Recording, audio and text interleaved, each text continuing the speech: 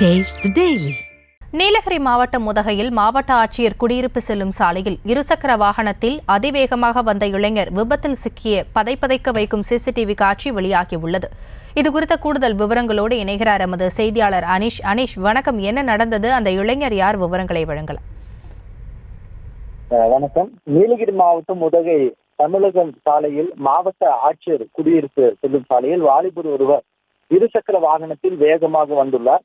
அப்போது வளைவில் கட்டுப்பாட்டை இழந்த வாகனம் சாலையில் சறுக்கி சுமார் 200 மீட்டர் வரை இழுத்து சென்று தடுப்பு கம்பியில் மோதும் பதப்பதைக்கு வைக்கும் சிசிடிவி காட்சி தற்பொழுது வெளியாகி அதிர்ச்சி ஏற்படுத்தியுள்ளது. இருசக்கர வாகனத்தை ஓட்டி வந்த நபர் அணிந்திருந்த தலைக்கவசம் அடிப்பட்ட வேகத்தில் பறந்து சென்றது. இதனால் வாலிபர் பலத்த காயத்துடன் சுயநினைவு இழந்து கிடந்தார்.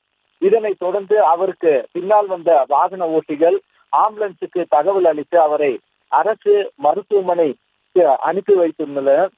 தற்பொழுது அவருக்கு தீவிர சிகிச்சையானது மேற்கொள்ளப்பட்டு வருகிறது.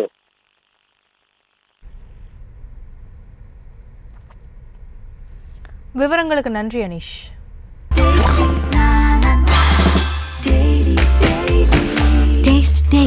Taste the Daily.